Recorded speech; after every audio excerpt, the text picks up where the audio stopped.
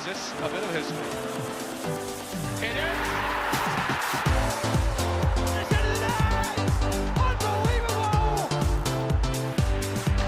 That is absolutely astonishing! Right out of the top drawer. An absolute classic! What a strike! This could be it! It is!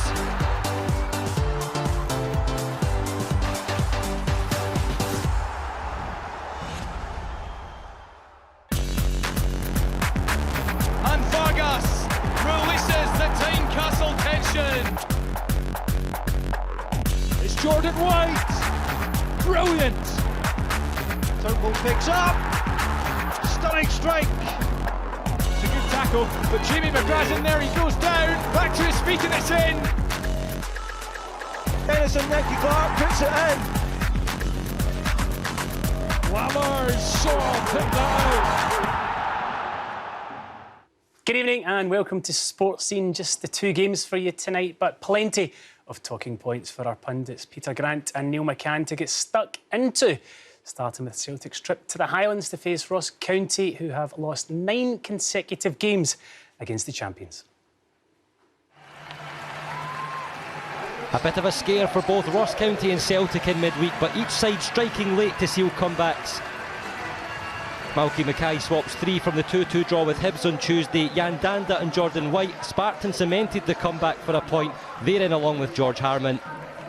6 Celtic changes, with Brendan Rodgers discussing the importance of recovery for his players with Champions League action in Madrid on Tuesday. A fresh front line with Yang, O and Maida. Bernardo, Carter Vickers and Ralston are also in. Turnbull delivers. Again, it's dangerous. No one really gets a touch that time. Always reliable for Ross County. The last line of a defence. There again, not once but twice. Celtic remain unbeaten with a comfortable win in the Highlands. Lots to get through, guys, so let's get straight to the James Brown red card. It was initially given as a yellow, Peter, upgraded to a red after a VAR check, and it is the correct decision. Most definitely. Listen, That was his 15th consecutive season scoring a goal in the Premier League. He's top a league. sensational Phenomenal. career, James Forrest. You've lost Jota, Celtic. Yeah. Do you think this guy is fine? Do you think they've finally found a replacement? Yeah, I think he does similar things to Jota, I must admit. I think he... Well, Motherwell travelled to Ayrshire in dreadful form, having picked up just 1 point from their last 6 games. Host Killie could go 4th with a win. Well, Kilmarnock are territorial on this turf. An over-reliance on their parts, maybe, but their consistency certainly comes in handy here. Motherwell could do with them having an off day this afternoon. They're in desperate need of a win to put an end to this slide down the Premiership.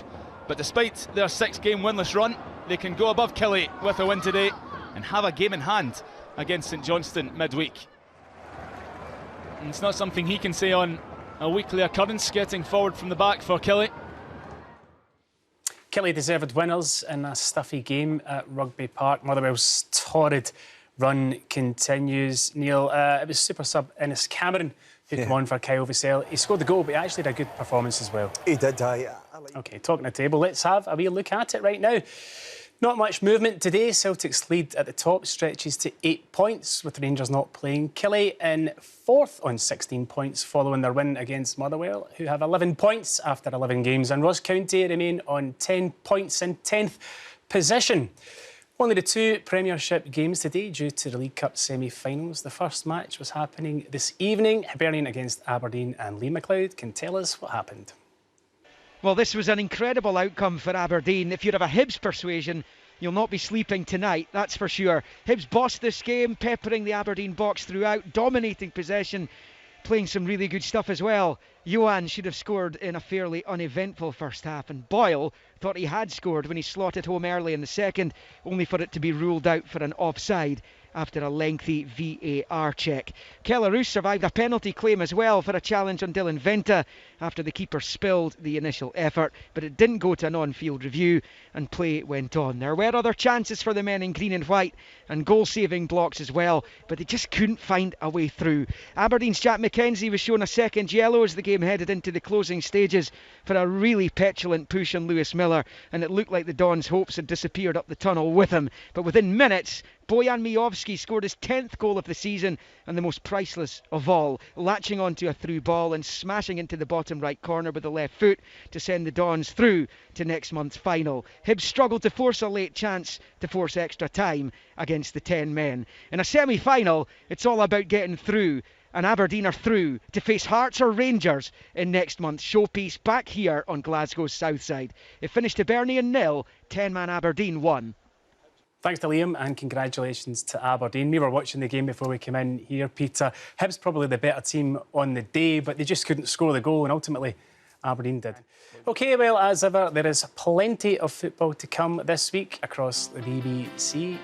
Starting tomorrow with Hearts against Rangers. We've got that on the radio at 1:30, the second semi-final. In the SWPL, Hearts play Glasgow City at 3 on the iPlayer.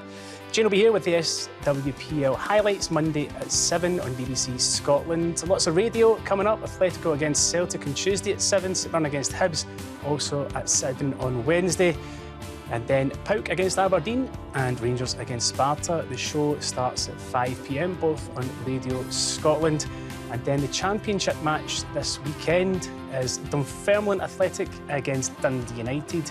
And that is on Friday night at 7:30, and that is on BBC Scotland. Thanks to Peter and to Neil. Thank you for joining us this evening. Enjoy the rest of your weekend. We'll see you soon. Good night.